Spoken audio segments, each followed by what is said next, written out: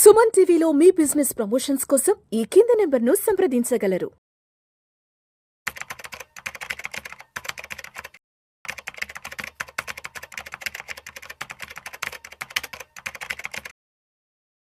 నమస్తే, welcome to Vishnu talks. నేను మీ విష్ణు. ప్రస్తుతం నాతో పాటు సర్టిఫైడ్ ఫైనాన్షియల్ ప్లానర్ తుమ్మా బాలరాజ్ గారు ఉన్నారు. వారితో మాట్లాడదాం. సార్ నమస్తే. సార్ బాలరాజ్ గారు. నమస్తే అండి. సార్ బాలరాజ్ గారు, లాస్ట్ 6-7 months నుంచి మార్కెట్లో ఎంత వాలటాలిటీ ఉందో మనం అబ్జర్వ్ చేస్తూనే ఉన్నాం. అంటే దానికి తగ్గట్టు లాస్ట్ 2-3 months నుంచి ఈ ట్రంప్ టారిఫ్ల దెబ్బతో మార్కెట్లు వెలువెల్లాడుతున్నాయి. అయితే ఈ టైంలో ఎస్పెషల్లీ మ్యూచువల్ ఫండ్ ఇన్వెస్టర్స్ అనేవాళ్ళు చాలా ప్యానిక్ అవుతున్నారు.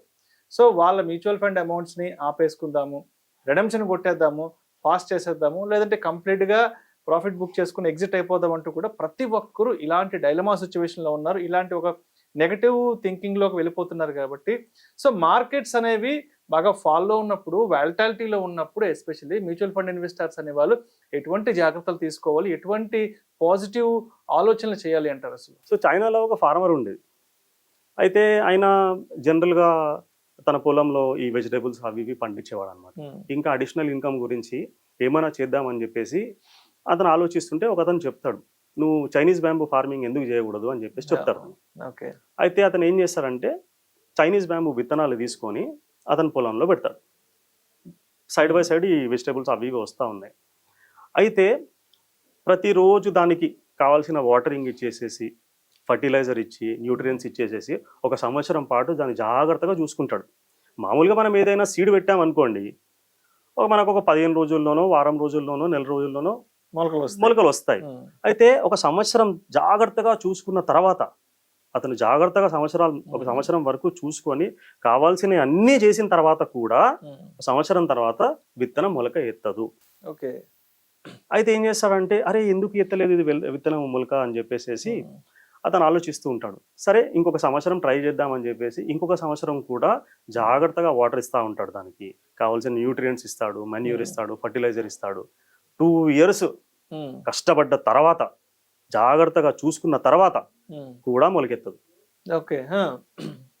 ఫైనల్గా థర్డ్ ఇయర్ ఏం చేస్తాడంటే, ఇంకా కొంచెం జాగ్రత్తగా మనం చూసుకుందామని చెప్పేసి ఇంకా జాగ్రత్త పడతాడు. సో ఇంకా కావాల్సినవి అన్నీ చేస్తాడు.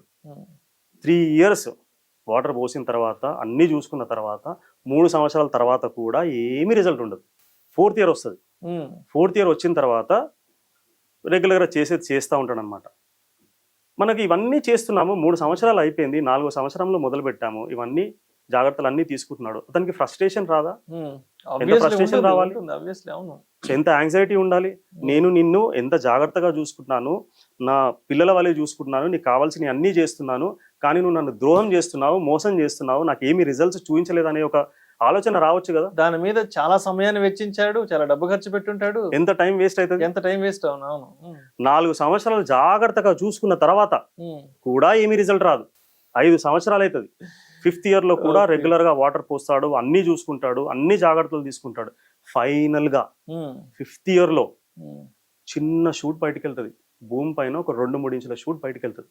సో ఆ షూట్ బయటికి వెళ్ళినప్పటి నుంచి నెక్స్ట్ 6 weeks లో, నెక్స్ట్ 6 వారాల్లో ఆ 2-3 ఇంచులు ఉన్న షూట్ కాస్త దాదాపు 90 అడుగుల నుంచి 100 అడుగులు పెరుగుతుంది.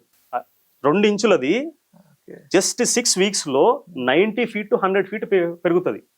దీని అర్థం ఏంటి?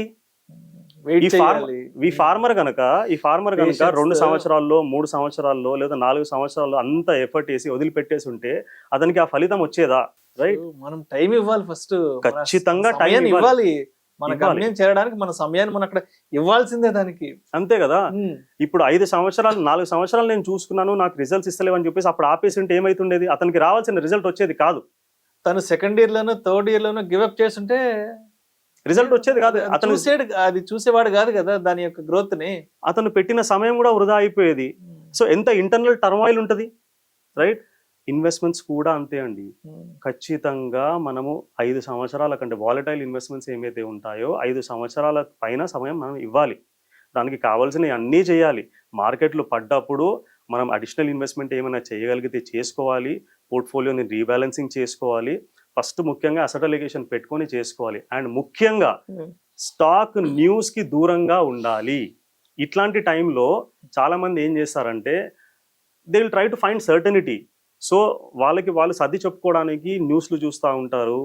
సో ఇవన్నీ కూడా ఏమైపోతుందంటే యాంగ్జైటీ క్రియేట్ చేస్తుంది. మార్కెట్లో ఈ టైంలో ఎట్లా ఉంటుంది న్యూస్, బ్లడ్ బాత్ ఉందండి, స్పెక్యులేషన్ నడుస్తూ ఉంటుంది. సో ఏమైపోతుందంటే ఒక సెట్ మైండ్ సెట్, ప్రాపర్గా ఉన్న మైండ్ సెట్ని కరప్ట్ చేస్తుంది అది. సో అందు గురించి ఇట్లాంటి టైంలో మన గోల్ ఏమైతే ఉందో చూసుకోవాలి, దానికి కావాల్సిన అన్ని చేసి రెగ్యులర్గా ఇన్వెస్ట్మెంట్ చేసుకుంటూ వెళ్తే అక్కడ చైనీస్ బ్యాంబూ ఫార్మర్కి ఏమైతే రిజల్ట్ వచ్చిందో ఆ రిజల్ట్ మనకు కూడా ఖచ్చితంగా వస్తుంది. Thank you sir, thank you so much. Thank you. తుమ్మా Balraj గారు, థ్యాంక్ యూ. మార్కెట్లు పడుతున్నప్పుడు, మార్కెట్లలో వాల్టాలిటీ ఉన్నప్పుడు, సో మ్యూచువల్ ఫండ్ ఇన్వెస్టర్స్ అనేవాళ్ళు ఎటువంటి పాజిటివ్ ఆలోచన చేయాలి, ఎటువంటి నెగటివ్ థాట్స్కి దూరంగా ఉండాలి అంటారు? అండ్ అదేవిధంగా ఒక పెట్టుబడి అనేది పెట్టినప్పుడు దానికి మనం ఎంత సమయం కనుక వెచ్చించినట్లయితే ఆ పెట్టుబడి మనల్ని కుబేరులను చేస్తుంది అనే విషయాల గురించి చక్కగా మన ఆడియన్స్కి మంచి మంచి ఎగ్జాంపుల్స్తో కూడా మీరు తెలియజేయడం జరిగింది. Thank you so much sir. Thank you అండి. Thank you.